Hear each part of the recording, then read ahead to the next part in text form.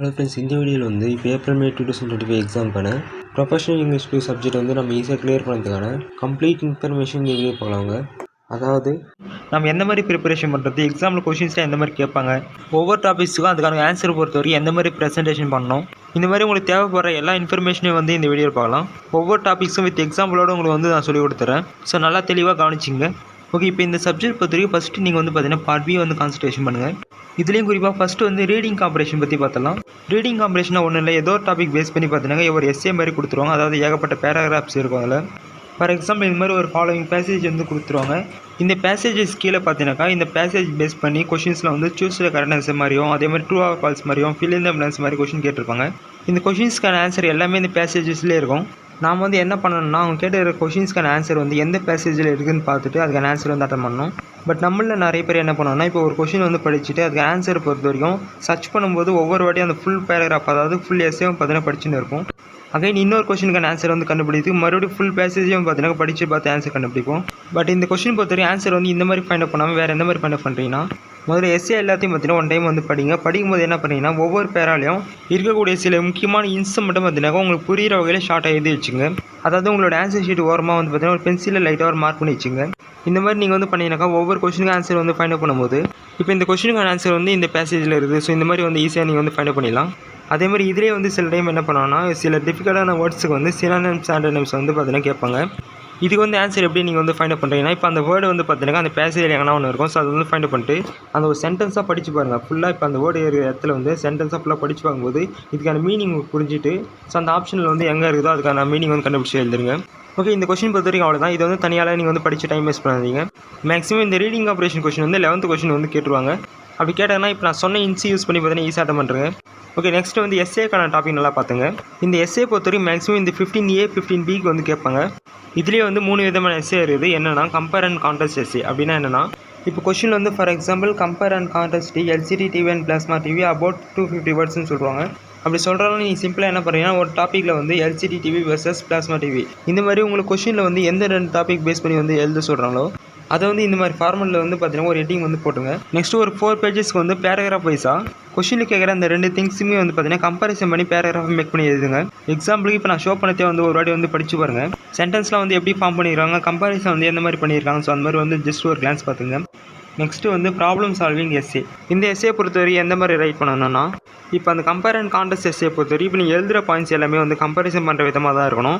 இதே வந்து இந்த ப்ராப்ளம் சால்விங் எஸ்ஏ பொறுத்தவரையும் நீங்கள் ரைட் பண்ணுற பாயிண்ட்ஸில் வந்து அந்த ப்ராப்ளத்துக்கான ரீசனும் இருக்கணும், அதே மாதிரி அந்த ப்ராப்ளம் சால்வ் பண்ணுறதுக்கான சொல்யூஷனும் இருக்கணும். ஃபார் எக்ஸாம்பிள் இப்போ இந்த மாதிரி என்விரான்மெண்டல் பொல்யூஷனை பற்றி பார்த்தீங்கன்னா ப்ராப்ளம் சால்விங் எஸ்ஏ வந்து எது சொல்கிறோன்னா, இப்போ இதிலே என்ன பண்ணியிருக்காங்க பாருங்கள். என்விரான்மெண்டல் பொல்யூஷன் பற்றி ஒரு டீட்டெயிலாக வந்து எழுதியிருக்காங்க. ஸோ அது என்ன, என்விரான்மெண்ட்னா என்ன, பொல்யூஷன்னா என்ன, அது என்ன டைப் ஆஃப்லாம் பொல்யூஷன் நடக்குது, இந்த மாதிரிலாம் எழுதிட்டு அதுக்கப்புறம் எப்படிலாம் நம்ம வந்து தடுக்கலாம், ஸோ அதுக்கான சொல்யூஷன் என்ன, இந்த மாதிரிலாம் வந்து கடைசியாக இதை படித்து பார்த்தீங்கன்னா உங்களுக்கு தெரியும். இந்த மாதிரி ப்ராப்ளம் சால்விங் எஸ்ஸே வந்து கேட்குறாங்கன்னா ஸோ அதுக்கான டீட்டெயில்ஸாக எழுதிட்டு அதை சால்வ் பண்ணுறதுக்கான சொல்யூஷனை வந்து எழுதுங்க. நெக்ஸ்ட் வந்து டீட்டெயில் எஸ்ஸே. இது வந்து பார்த்தீங்கன்னா நார்மலாக ஒரு டாபிக் வந்து கொடுத்துருவாங்க. ஸோ அந்த டாபிக் பேஸ் பண்ணி டீட்டெயிலாக வந்து எழுத சொல்லுவாங்க. இந்த எஸ்ஏ எழுதுறதுக்கான ஃபார்முலா எல்லாருமே தெரிஞ்சிருக்குன்னு நினைக்கிறேன். சரி, ஜஸ்ட் என்ன பண்ணுறீங்கன்னா, என்ன டாபிக்ஸ் வந்து எழுத போகிறீங்களோ அதுக்கான சினாப்சிஸ் வந்து முதல்ல போட்டுட்டு அதுக்கப்புறம் அந்த சினாப்சிஸில் எழுதக்கூடிய அந்த சப் டாபிக் பேஸ் பண்ணி பேராகிராஃப் வைஸாக வந்து ரைட் பண்ணுறேங்க. ஸோ மேக்ஸிமம் எஸ்ஏ பொறுத்தவரை ஒரு மினிமம் ஒரு 4 பேஜஸ் வந்து அட்டன் பண்ணுங்கள். அதே மாதிரி இந்த எஸ்ஏ டாபிக் கூட சரி நீங்கள் வந்து படிக்க வேண்டிய அவசியம் இல்லை. ஜஸ்ட் நீங்கள் வந்து ஜென்ரலாக தான் எழுத போகிறீங்க. மெயினாக ஃபார்மெட் மட்டும் நல்லா தெரிஞ்சு வச்சுங்க இந்த சப்ஜெக்ட் பொறுத்த வரைக்கும். நெக்ஸ்ட் வந்து லெட்டர். இதில் வந்து பார்த்தீங்கன்னா லெட்டர் டு எடிட்டரு, இமெயில் எத்திகேட்டு, அப்புறம் அந்த கவர் லெட்டர்னு ரெசியூம், ஜாப் அப்ளிகேஷன் சம்மந்தம் வந்து லெட்டர் எழுத சொல்லுவாங்க. ஆர் இன்டர்ன்ஷிப் அப்ளிகேஷன் பேஸ் பண்ணி வந்து லெட்டர் எழுத சொல்லுவாங்க. இது கூடவே இந்த ரிப்போர்ட் பற்றியும், அதாவது ஆக்சிடென்ட் ரிப்போர்ட்டும் சர்வே ரிப்போர்ட் பற்றியும், writing response to complaint letters, இந்த 2 கொஷினுமே பார்த்தீங்கன்னா தனித்தனி கொஷின் தான். பட் லெட்டர் பேஸ் பண்ணி எழுதக்கூடியதுனால இது வந்து பார்த்தீங்கன்னா லெட்டர் டாப்பிக்கில் கொடுத்துருக்கேன். இந்த 6 கொஷினுமே கண்டிப்பாக நீங்கள் வந்து நல்லா ப்ரிப்பரேஷன் பண்ணணும். இதில் வந்து கண்டிப்பாக 2 கொஷின் அப்படிலாம் வந்து 3 கொஷின் கேட்பாங்க. ஸோ இந்த லெட்டர் ரைட்டிங் பொறுத்தவரைக்கும் நீங்கள் வந்து எதை மெயினாக தெரிஞ்சுக்கணும்னா, ஸோ ஒவ்வொரு லெட்டருக்கும் ஒவ்வொரு ஃபார்மெட் இருக்கும். அதை நீங்கள் தெரிஞ்சிட்டாலே போதும். மற்றபடி இந்த உள்ளே இருக்கிற கண்டென்ட் எல்லாமே அவங்க என்ன டாபிக் பேஸ் பண்ணி வந்து எழுத சொல்கிறாங்களோ அது மட்டும் எழுதினா போதும். ஃபார் எக்ஸாம்பிள் இப்போ உங்களுக்கு புரியும்படி சொல்லணும்னா, நம்ம எல்லாருமே லீவ் லெட்டர் வந்து ரைட் பண்ணியிருக்கோம். அதில் வந்து என்ன பண்ணுவோம், ஃப்ரம் போடுவோம், அப்புறம் டூ போடுவோம், அதுக்கப்புறம் ரெஸ்பெக்ட் சாரோ இல்லை மேமும் போட்டு ஸோ நம்ம வந்து எதுக்காக ரீசனுக்காக லீவ் போகிறோமோ அப்படி ரீசன் எழுதிட்டு கீழே வந்து தேங்க்யூ சொல்லிட்டு யூஎஸ் ஃபெய்த்ஃபுல்லி அப்படின்னு எழுதிட்டு நம்மளோட சிக்னேச்சர் போட்டு லெஃப்ட் சைடில் வந்து டேட் போட்டு நம்மளோட லெட்டரை வந்து ஃபார்ம் பண்ணுவோம். இதே வந்து ஃப்ரெண்டுக்கு வந்து ஒரு லெட்டர் வந்து எழுதுறோம்னா ஜஸ்ட் இந்த ஃப்ரம் டூலாம் வந்து போட மாட்டோம். ஜஸ்ட் இந்த டியர் ஃப்ரெண்ட் போட்டு அப்புறம் அந்த பாடி ஆஃப் கண்டென்ட் வந்து எழுதிட்டு கீழே வந்து யுவர்ஸ் ஃபெய்த்ஃபுல்லி அப்படின்னு போடுறது போல யுவர்ஸ் லவ்லியே போட்டு நம்மளோட சிக்னேச்சர் போடுது. கடைசி அட்ரஸ் அந்த என்வலப் வந்து ரைட் பண்ணிட்டே முடிச்சிடும். இப்போ இதில் நீங்கள் வந்து அண்டர்ஸ்டாண்ட் பண்ண வேண்டியது என்னன்னா, இப்போ லீவ் லெட்டரில் வந்து இப்போ நம்ம ஃப்ரெண்டுக்கு எழுதுற மாதிரி டேரக்டாக நம்ம டியர் ஃப்ரெண்டுன்னு சொல்லிட்டு டியர் பிரின்சிபல் லவ் போட்டுட்டு அது மாதிரிலாம் வந்து எழுத முடியாது. லீவ் லெட்டர் தான் இதுதான் ஃபார்மெட்னு ஆல்ரெடி நம்மளுக்கு வந்து தெரியும். இந்த மாதிரி இப்போ இந்த ஸ்க்ரீனில் தெரிகிற 6 கொஸ்டினுமே பார்த்தீங்கன்னா ஒரு ஃபார்மெட் இருக்குது. ஸோ இந்த ஃபார்மெட்டை தான் நீங்கள் வந்து மெயினாக தெரிஞ்சுக்கணும். நீங்கள் வந்து ஃபார்மெட் படி நீங்கள் வந்து கரெக்டாக எழுதிட்டாலே மேக்ஸிமம் மார்க் வந்து போட்டுருவாங்க. மற்றபடி உள்ளே எழுத போகிற அந்த கண்டென்ட் பொறுத்த வரைக்கும் அவங்க கொஸ்டின் வந்து எதை பேஸ் பண்ணி வந்து எழுத சொல்கிறாங்களோ அதை பேஸ் பண்ணி எழுதுருங்க. ஃபார் எக்ஸாம்பிள் இப்போ லீவ் லெட்டராக வந்து ஒருத்தர் வந்து ஸ்டொமக் பெயின்னு பார்த்தீங்கன்னா ரீசன் வந்து மென்ஷன் பண்ணுவாங்க. சில பேர் வந்து ஃபீவர் மென்ஷன் பண்ணுவாங்க. இப்போ இதில் வந்து பார்த்தீங்கன்னா 2 கண்டென்ட்டுமே கரெக்டு தான். அப்போ கண்டென்ட் பொறுத்தவரைக்கும் நீங்கள் வந்து ஜஸ்ட் அவங்க என்ன டாபிக் பேஸ் பண்ணி கொடுக்குறாங்களோ அதை வந்து ரிலேட்டடாக வந்து எழுதினா போதும். ஓகே, இப்போ வந்து இந்த லெட்டர் பொறுத்தவரைக்கும் நம்ம வந்து எதை படிக்கணும் எதை தெரிஞ்சுக்கணும்னு எல்லாருமே அண்டர்ஸ்டாண்டாக இருக்குன்னு நினைக்கிறேன். ஸோ இப்போ வாங்க இப்போ இந்த 6 கொஸ்டினுக்கான ஃபார்மெட் வந்து வித் எக்ஸாம்பிளோட நான் வந்து ஷோ பண்ணுறேன். ஜஸ்ட் இது மாதிரி நல்லா புரிஞ்சுங்க. ஃபஸ்ட்டு வந்து letter to the editor. So இது வந்து எப்படி எழுதுனா, ஃபஸ்ட்டு நம்மளோட சென்டர் அட்ரஸ் வந்து எழுதணும். நெக்ஸ்ட் டேட் மென்ஷன் பண்ணிவிட்டு நெக்ஸ்ட் இதை ரிசீவ் பண்ணுற எடிட்டரோட அட்ரஸ் எழுதணும். அப்புறம் இந்த சப்ஜெக்ட் ஆஃப் தி லெட்டர் என்னவோ அதை எழுதிட்டு அப்புறம் அந்த சால்டேஷன் ஃபார் எக்ஸாம்பிள் இப்போ ரெஸ்பெக்ட் சார் ரெஸ்பெக்ட் மேம் இந்த மாதிரிலாம் போடல. ஸோ அந்த மாதிரி சால்டேஷன் எழுதிட்டு அப்புறம் பாடி ஆஃப் கண்டென்ட்ல வந்து ஒரு பேரா 2 பேரா அது மாதிரி எழுதிட்டு கடைசியாக வந்து தேங்க்யூ சொல்லிட்டு நம்மளோட சிக்னேச்சர் போட்டு முடிச்சிடும். ஃபார் எக்ஸாம்பிள் இப்போ நான் சாம்பிள் லெட்டர் வந்து ஷோ பண்ணுறேன். இப்போ இது பார்த்தீங்கனாலே உங்களுக்கு வந்து அண்டர்ஸ்டாண்ட் ஆகிடும். அதே மாதிரி ஆன்சர் வந்து ரைட் பண்ணதுக்கு முன்னாடி கொஸ்டின் நல்லா படிங்க, அவங்க என்னென்ன டேட்டாலாம் கொடுத்துருக்காங்க. ஸோ ஃபார் எக்ஸாம்பிள் இப்போ 2 அட்ரஸ்லாம் பார்த்தீங்கன்னா அவங்களே வந்து மென்ஷன் பண்ணுவாங்க. ஸோ ஃப்ரம் அட்ரஸில் வந்து நம்ம என்ன போடலாம், என்ன நேம் போடலாம். ஸோ இதெல்லாம் வந்து பார்த்தீங்கன்னா டேட்டா வந்து கொடுக்குறாங்கன்னா அந்த டேட்டா யூஸ் பண்ணி தான் பார்த்தீங்கன்னா ஆன்சர்லாம் எழுதணும். ஸோ ஃபஸ்ட்டு கொஸ்டின் பொறுத்தவரைக்கும் என்ன டேட்டாலாம் கொடுத்துருக்காங்க நல்லா நோட் பண்ணிங்க. அதே மாதிரி இப்போ நான் வந்து சாம்பிள் லெட்டர் தான் ஷோ பண்ணுறேன். ஸோ இதுதான் கொஸ்டின் நினச்சி படிச்சிடாதீங்க. இதுலேருந்து ஜஸ்ட் அந்த ஃபார்மெட் மட்டும் நல்லா கற்றுங்க. ஓகே, நெக்ஸ்ட் வந்து இமெயில் எத்திக்கெட்டுக்கான ஃபார்மெட் பார்த்தோம்னா எக்ஸாம்பிளுக்கு வந்து இந்த சாம்பிள் பாருங்கள். இதில் வந்து ஃப்ரம்ல வந்து நம்மளோட மெயில் ஐடி போடுவோம்ல, அது வந்து அவங்க கொடுக்கணும். ஸோ அதை வந்து ஆட் பண்ணிங்க. அதே மாதிரி ஒவ்வொரு இடத்துலையும் வந்து பார்த்தீங்கன்னா நம்மளோட மெயில் ஐடியோ இல்லை நம்மளுடைய நேமோ இல்லை நம்மளோட அட்ரஸோ எதுவும் வந்து எழுதக்கூடாது. ஜஸ்ட் என்ன எழுதணுன்ட்டு அவங்க வந்து கொஸ்டினில் வந்து கொடுத்துருவாங்களா பாருங்கள். அப்படி இல்லை வந்து XYZ இல்லை வந்து வேறு எதனா மெயில் ஐடி இது மாதிரி வந்து நம்மளோட மெயில் ஐடி இல்லாமல் வேறு எதனா வந்து சம்திங் வந்து எழுதுருங்க. இதுலேயே வந்து 2க்கு அப்புறம் இந்த CCBCCயில் வந்து ஆட் பண்ணிக்கங்க. அதே மாதிரி இப்போ ஜாப் அனௌன்ஸ்மெண்ட் பற்றி எது சொல்கிறாங்கன்னா, இப்போ நீங்கள் தான் ஒரு கம்பெனியில் வந்து ஒரு HR அது மாதிரிலாம் இருக்கீங்க. ஒருத்தர் வந்து இப்போ ஜாப் அனௌன்ஸ்மெண்ட் பற்றி வந்து மெயில் எழுதுறீங்கன்னா ஸோ என்ன கண்டென்ட் எதுவும் இப்போ ஃபார் எக்ஸாம்பிள் இது இப்போ இந்த ஃபீல்டு ரிலேட்டடாக வந்து ஜாப் இருக்குது, இதுக்கு வந்து நாங்கள் இவ்வளோ சேலரி தரோம். ஸோ இந்த ஜாப்க்கான இன்டர்வியூ வந்து இந்த டேட்டில் வந்து நாங்கள் வந்து ஃபிக்ஸ் பண்ணியிருக்கோம். இந்த மாதிரி பார்த்தீங்கன்னா கண்டென்ட் வந்து உங்களுக்கு என்ன தோணுதோ அது வந்து எழுதுங்க. இதுவே வந்து ஜாப் அப்ளிகேஷன் சம்மந்தம் வந்து லெட்டர் எழுத சொல்கிறேன்னா நம்ம வந்து ஜாப் விஷயமா வந்து நம்ம கேட்டுட்டு நம்ம வந்து அதுக்கு ஏற்ற மாதிரி எழுதுற மாதிரி இருக்கும். இந்த மாதிரி கண்டென்ட் பொறுத்தவரைக்கும் அவங்க வந்து எதை பேஸ் பண்ணி எழுத சொல்கிறாங்களோ நல்லா புரிஞ்சுட்டு எழுதுங்க. சேம் இதே மாதிரி இப்போ இமெயில் லெட்டருக்கு பதிலாக வந்து நார்மல் லெட்டர் வந்து எழுத சொல்கிறாங்கன்னா ஃப்ரம் டூலாம் போட்டு மென்ஷன் பண்ணுவோம். ஸோ அதில் வந்து நம்மளோட அட்ரஸ் வந்து இப்போ மெயில் ஐடி பதிலாக நம்மளோட அட்ரஸ் இந்த மாதிரி வந்து மென்ஷன் பண்ணல. ஸோ அந்த ஃபார்மில் எழுதிருங்க. ஸோ நெக்ஸ்ட் வந்து இப்போ responding to the complaint letter. So அது வந்து கொடுத்துருப்பேன். ஸோ இது ரொம்ப முக்கியம். ஸோ இதுக்கான ஃபார்மெட் இது தான். ஸோ நல்லா வந்து அண்டர்ஸ்டாண்ட் பண்ணிங்க. மெயினாக அந்த சென்டர் அட்ரஸ் ரிசீவர் அட்ரஸ்லாம் வந்து பார்த்தீங்கன்னா கொஸ்டினே கொடுத்துருவாங்களா பாருங்கள். அப்படிலாம் வந்து நீங்களே ஒரு ஓனாக எழுதிங்க. இது ஒரு எக்ஸாம்பிள் நான் வந்து ஷோ பண்ணிடுறேன். ஸோ நல்லா பார்த்துங்க. சேம் இதே வந்து கம்ப்ளைண்ட் லெட்டர் வந்து இமெயில் ஃபார்மெட்டில் வந்து ரைட் பண்ண சொல்கிறேன்னா ஃப்ரம் டூவில் வந்து மெயில் ஐடி வந்து மென்ஷன் பண்ணணும். மற்றபடி உள்ளே எழுத போகிற கண்டென்ட் பொறுத்தவரைக்கும் நார்மலாக வந்து எழுதினா போதும்.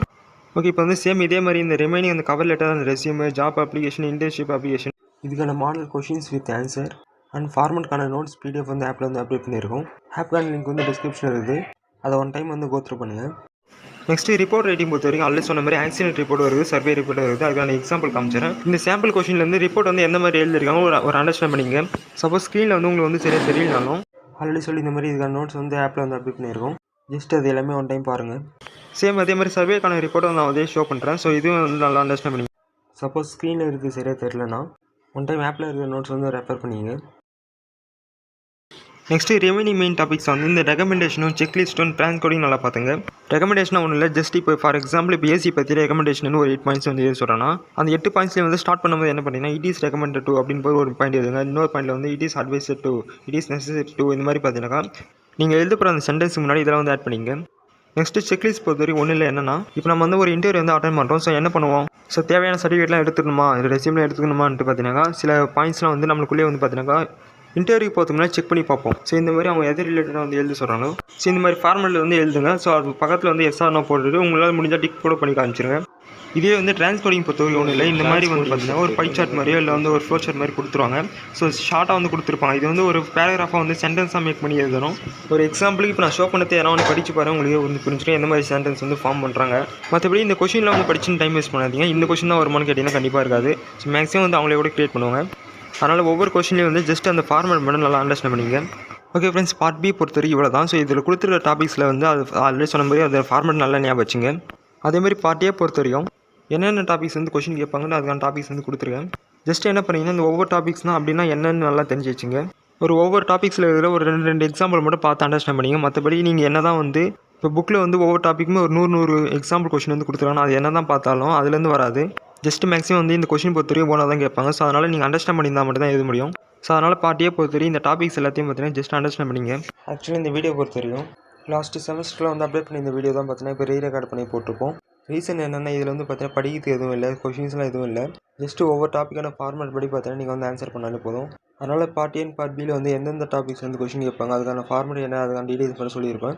நீங்களும் வந்து இந்த சப்ஜெக்ட் வந்து ஃபுல்லாக படிச்சுன்னு டைம் வேஸ்ட் பண்ணாமல் ஆப்பில் வந்து புக்குக்கான பிடிஎஃப் வந்து அப்டேட் பண்ணியிருக்கோம். ஜஸ்ட் இப்போ நம்ம வந்து டிஸ்கஸ் பண்ண இந்த டாபிக்ஸ் இருக்கக்கூடிய ஒவ்வொரு எக்ஸாம்பிள் கொஷின் அண்ட் ஆன்சர் எடுத்துகிட்டு அதுக்கான ஃபார்மேட் கூட எல்லாம் நோட் பண்ணி வச்சுங்க. ஓகே, அவ்வளோதான். ஓகே, எல்லோரும் நல்லா படிங்க. நெக்ஸ்ட் வீடியோ பார்க்கலாம். பாய்.